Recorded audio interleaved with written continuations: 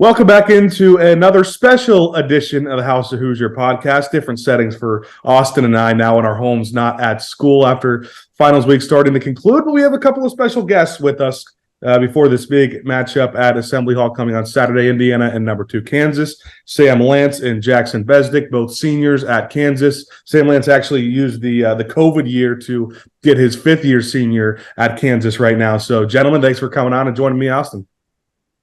Thanks, Ben. Thanks, Austin.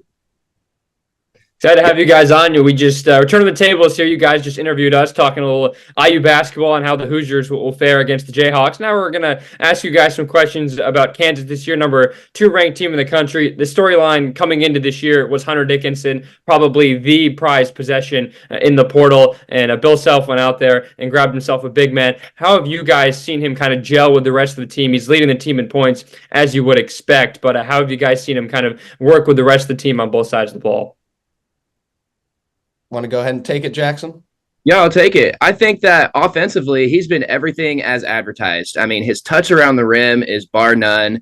The fact that he can stretch the floor and he's shooting such an efficient clip right now from 3 is such a underrated weapon that I think people talked about when he was in the portal. But I mean, that's really been such a huge addition for the Kansas offense because we don't really have a ton of shooters. But defensively, it's taken a couple games for him to get used to kind of the Bill Self schematics of everything. Playing defense for Bill Self is going to be different than playing defense from pretty much any other coach in the country. But I think he's handled that adjustment pretty well, and I sure as heck like watching him do jump hooks over his right shoulder every time down the floor. So I hope to see more of that. Bill Self in the during the transfer portal, trying to get guys, said that he needed to go out and get somebody who could get 20 and 10. Well, Hunter's right at about 20 and 12 right now, 20 and 13 rebounds per game. So that's been huge.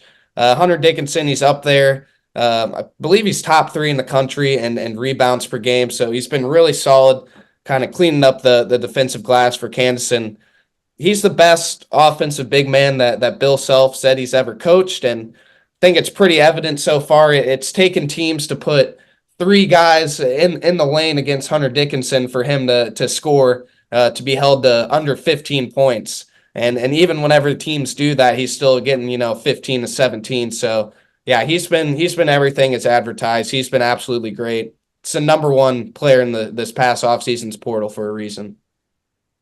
Not only has he been the biggest storyline for Kansas as a team this year, specifically this matchup with all the history Hunter Dickinson has against Indiana. Indiana fans don't like him, and that's going to be a fun little part of Saturday's game at Assembly Hall, how Indiana fans welcome Dickinson back in. You talked about offensively as advertised. I don't think anyone's surprised. Defensively, it's taken them a few games. That's an interesting matchup because Indiana runs everything offensively down low. Between Khalil Ware and Malik Renew, they have very 2 good scoring options down low, a lot like Kansas does. How do you expect Hunter Dickinson to be able to match up defensively against those guys? Yeah, really, I think it's going to be ball screens are going to be key. Can Hunter Dickinson hedge those well and get back to Khalil Ware, not let him do any damage inside? But really, it's going to be him, also having to guard Khalil with his back to the basket and not allowing him easy shots over that left shoulder. So yeah, defensively, it's going to be a big test for Hunter. He played pretty well against Donovan Clingan, held him to just 8 points. So we'll see if he can kind of back up that performance and hold another really solid big man to under 10. I'm honestly worried about his temper more than anything.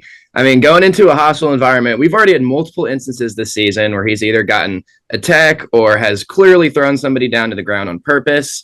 And especially, an exhibition in Champaign against Illinois, there were a couple moments that, had it been a regular season game, he might have gotten ejected. So I am personally a little worried about that. And that comes on the defensive side of the ball, right? If he's giving up baskets and Ware's taking him down low and having his way, that's going to really frustrate Dickinson. And I think the major key for Kansas as a whole is, can you keep Ware from dominating down low? Because not only does that affect Indiana's offense and what they want to do, but it just sets the tone for Kansas defensively, and it sets the tone for Dickinson in the rest of the game. I think staying out of foul trouble will be really big for Hunter, too, in this game. He hasn't really faced that this year. And Parker Brown coming off the bench isn't going to be the greatest matchup to put against Khalil Ware. So staying out of foul trouble is also going to be big in this one. I think we can both teams can say foul trouble is going to be a big difference in this game. We've seen Indiana under Mike Woodson these last few years they play a lot of big men. This is a team that they start with two bigs, Malik Reneau as well as Khalil Ware. How do you think Kansas will fare going up against two big men? We saw last year, Kansas played basically 5 out against Indiana, and it worked really, really well. Indiana is not a team that, at least historically, has done well against teams that play 5 out and have a lot of shooters. So how do you think that balance there? Of course, having Dickinson changes things, but against two big men, how do you think Kansas will fare, and kind of who do you expect to be guarding a Malik Reneau during the game? I think it'll be KJ, and I think KJ is actually probably pretty excited for that matchup because, it's kind of like him going against 5 men last year. He gets somebody a little bit bigger. I think he's got about 2 inches on him, and they're similar weight. So he gets somebody he kind of gets to, go at physically, and KJ Adams really likes those physical battles. So I think that's going to be a really intriguing one. Who kind of takes that matchup down low, because obviously Dickinson and Ware is going to be where a lot of the balls are thrown offensively. But, who can win that kind of secondary big matchup between Malik and KJ? That'll be huge to determine this one for sure.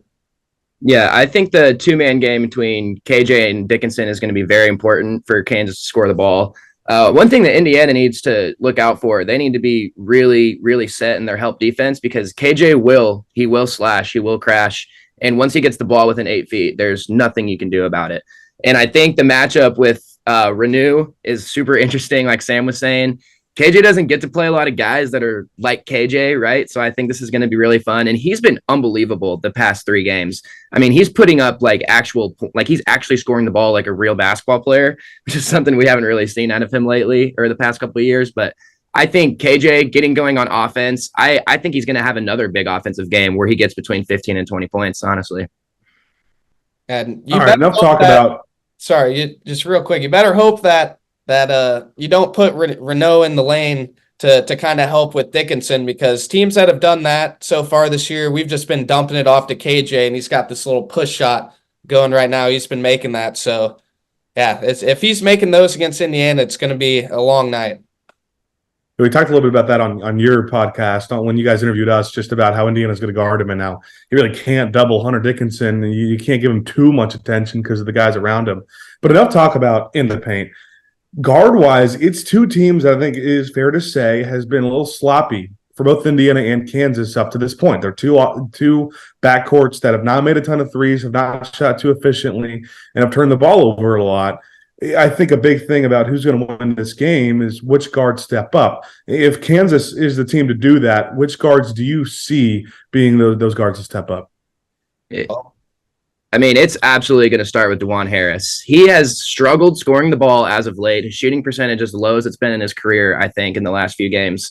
But I take that as he's just due. He's just unbelievably due to have such a good game. I think him taking care of the ball, that's got to be, objective number 1. And then you have Elmarko Jackson too, right? Who's been a very similar situation to Mackenzie Mbako for you guys, where you got a 5-star coming in with a ton of hype, a ton of talent. And it's just they're not quite there yet. But Elmarko's played better as of late. I think him just being a stable kind of option on both sides of the ball, I don't think Kansas really needs him to try and do too much offensively. Just as long as he doesn't turn the ball over, I think that's really what this backcourt needs right now. I think the kind of biggest matchup nightmare for you guys in this game is probably guarding Kevin McCullough, because he's not your stereotypical guard. He plays more kind of like a forward. He'll bully you down low a little bit, post you up, and I don't know if Galloway could really match that physicality with Kevin McCullough. So Kevin McCullough is playing like an All-American right now. He's averaging 19, has about 7 rebounds per game, 5 assists per game. He's been absolutely incredible. So if Indiana's able to take away Hunter Dickinson a little bit, look out for Kevin McCullough to kind of have a huge game. I think Kansas is going to play through Kevin McCullough a lot in this one, just kind of based off who might be guarding him. As you guys know by now, we've partnered with BetMGM Sportsbook for this college basketball season. We're going to be using BetMGM lines to make all of our picks and predictions throughout the college basketball season. And we are going to have special offers for you, the listeners and the viewers on the Field of 68 each and every week during the season. If you haven't signed up with BetMGM yet, use the bonus code FIELD1500 and you will get up to a $1,500 first bet offer on your first wager on BetMGM Sportsbook. Here's what you got to do. Download the BetMGM app. Sign up using the bonus code FIELD1500. Deposit at least $10 and place your first wager on any game. You will receive up to $1,500 in bonus bets if that bet loses. Just make sure you use the bonus code FIELD1500 when you sign up. And remember, BetMGM is now available under one wallet in select states. As a New Jersey resident, this is super convenient for me when I have to go cover games in New York or Philly. When crossing state borders, just log into your existing account instead of having to create new accounts in each state that you go to. And most importantly, I got to let you know, we do have some fun stuff coming up for this college basketball season. Bet insurance tokens, college hoops odds boosts, my personal favorite, parlay odds boosts. So download the BetMGM app today. Everyone talks about the non-conference schedule and how stacked it is, or for some teams, how weak it is. Kansas's non-conference schedule has been very good thus far. Obviously, you had UConn at home in the Big East, Big 12 battle. I think as Big Ten fans, we can all say that we miss some of the at least the ACC Big Ten Challenge and having that big team you get to play. But you've knocked off Kentucky, beat Tennessee. I know you lost to Marquette the day before, but that was a stacked roster really in Maui. And then you just beat Missouri, who's gotten some decent wins this year. How do you think that the non-conference has shaped up so far? 9-1 is a pretty impressive record, but let's not forget, this is the first time Kansas is going on the road this year. Yeah, first true road test, which is going to be good for this team to experience that, because they haven't really shot it that great outside of Allen Fieldhouse. So kind of having that adversity of maybe not seeing the ball go through and still trying to win a ball game will be big in this one. But yeah, you kind of said it. This is going to be a great non-conference basketball game. Home and homes. I think college basketball needs more of these, and Kansas has played a lot of tough competition so far. But Indiana's no joke either. They're a good team, a quality team in the Big Ten road game. So yeah, I think this is going to be a pretty big test for Kansas to kind of see where they're at. Yeah, this is absolutely a legit type non-conference game for both of these teams, quite honestly. And Sam's right. College basketball needs so much more of this in the future. But I mean, Bill Self's always been super keen on at least having a couple non-conference games that are like tests that are pretty tough. Sometimes that might not be on the road. Sometimes it might be a home or a neutral site. But there's always 2 or 3 games in the non-conference that Bill thinks he needs to get this team ready for a rigorous Big 12 conference schedule. And this year, with the addition of some teams, it doesn't have that same pureness of everybody plays everybody home and away each time. So I'm going to miss that a little bit in terms of the conference scheduling. But yeah, Bill's been a big non-conference guy. Kansas's non-conference is always in the top half of the country. But this being the first true road game, I think is super interesting because it is a fact that Kansas teams shoot way better in Allen Fieldhouse. Sticking on the non-conference, if I'm not mistaken, the only common opponent that we've seen so far is UConn between Indiana and Kansas. Other than the fact that it was in Allen Fieldhouse, what did you guys see in that game, and how did you guys beat UConn? Yeah, that game really, to be completely honest, the crowd had a lot to do with it. I mean, that was probably the best crowd that I've ever seen at the University of Kansas since I've been there. And really, the crowd kind of let Kansas get off to that crazy hot start. What it was for Kansas against UConn was defense. In that first half, UConn literally, they're known, for their fast-paced offense, all sorts of cuts, actions. Kansas wasn't letting them do anything. And in that first half, they were so turned up defensively that Indiana couldn't run its actions.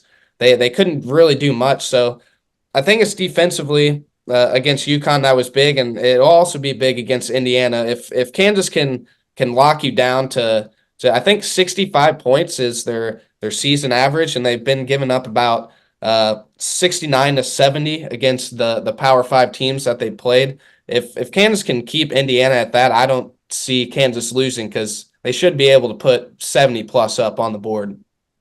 Yeah, aside from a freaking Tristan Newton masterclass, that was a pretty ugly type of basketball game. It really did come down to defense and winning the rebounding battle, I think, because I mean UConn's such a great rebounding team. That was going to be the key for Kansas the whole time, and I think turning UConn's offense into something they weren't comfortable running. You could see it in the first half. They weren't getting off screens like they liked. They couldn't get it to Klingon in enough space that he wanted it.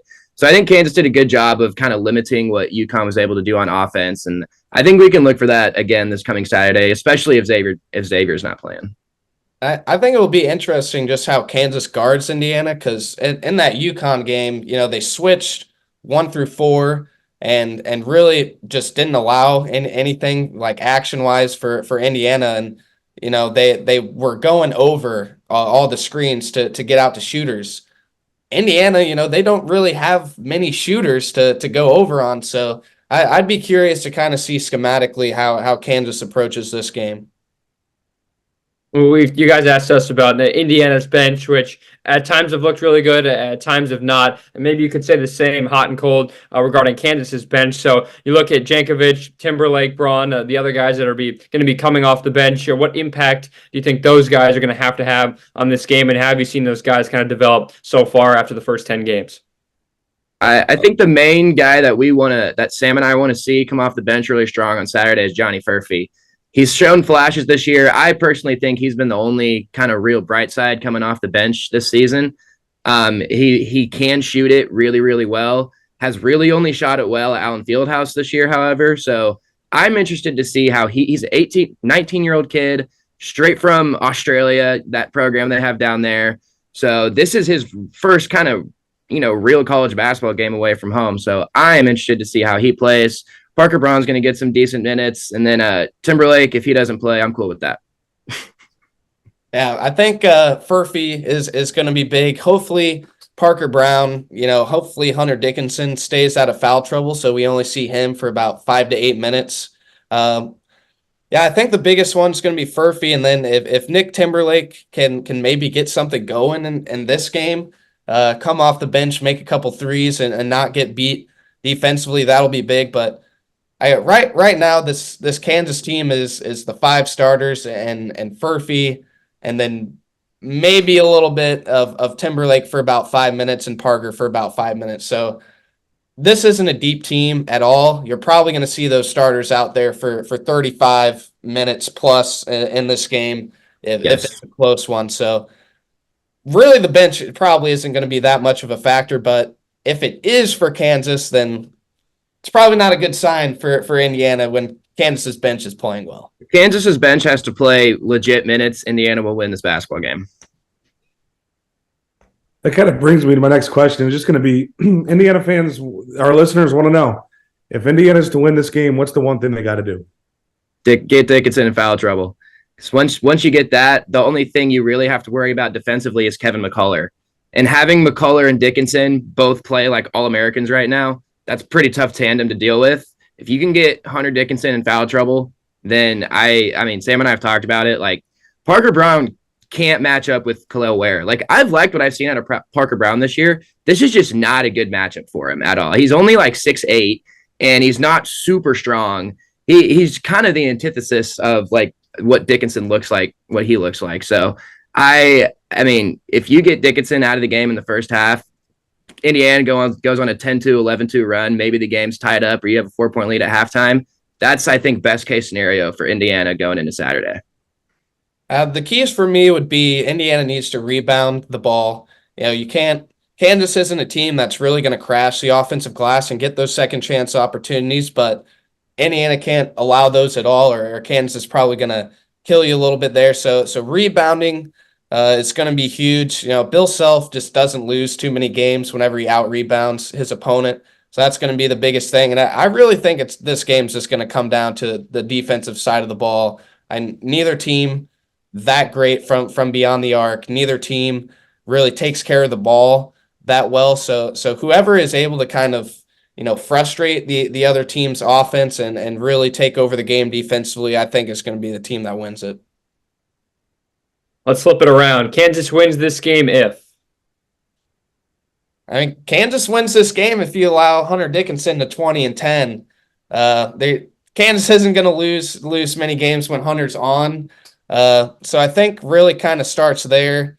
And really it's just Kansas supporting cast. If Hunter Dickinson does get in foul trouble, somebody gets in foul trouble, if somebody from that supporting cast really steps up and has a big game outside of Kevin McCullough, KJ Adams, or Hunter Dickinson, that'll be big for Kansas.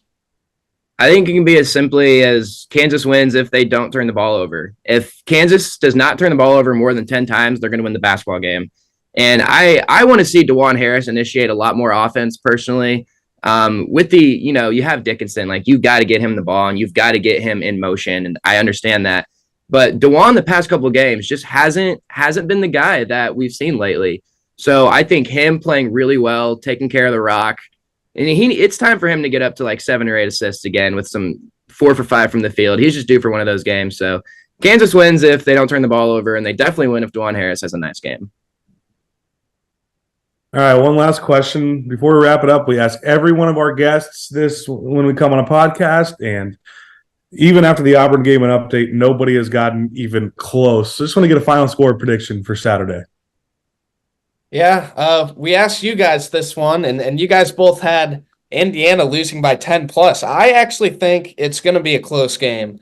I actually am thinking somewhere along the lines of 78-72, 76-70, maybe even fewer points, maybe somewhere in like the 65-69 range. But I think Indiana will keep this one within 8 points, and it'll be a good game. That atmosphere and the field house is going to be good. So yeah, I also think it stays between 8 and 10. I just think this game is going to be a real rock fight, and it's going to be tough for either team to really push out to a big 18, 20-point lead at any time in this one. So I think I also would like the under, whatever that number is going to be. I'd say something like 68-60, 68-59, 69-60, something around there. Bill Self would love to win this game ugly. He would absolutely love. He's going to try and make it. Yeah, not play well and still get an ugly win. It would be great. Indiana, all they do is win ugly games this year. They have not played, I don't think, one clean game. Even again, the Maryland game, they're up, felt like 1,000,000 points at half. That one was only ended up like 14 or 15 points, something like that. So Indiana, ugly is the only way they know how to win games.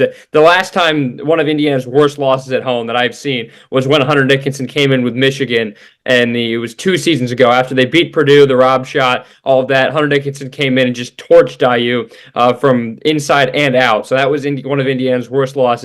I'm sure the guys that played on that team remember that game pretty well, and I'm sure that's in the back of their heads. Better than getting 20-balled by Indiana State, though. I witnessed that. So, all right. Well, that's all we have for you guys. Thanks for coming on. Should be a fun matchup Saturday. Number 2 Kansas visits Assembly Hall to play Indiana. From Ben Haller and Austin Platt, the normal hosts, alongside Sam Lance and Jackson Bezdek, our fellow Field of 68 team podcasters. Thanks everyone for listening, and thanks for coming on.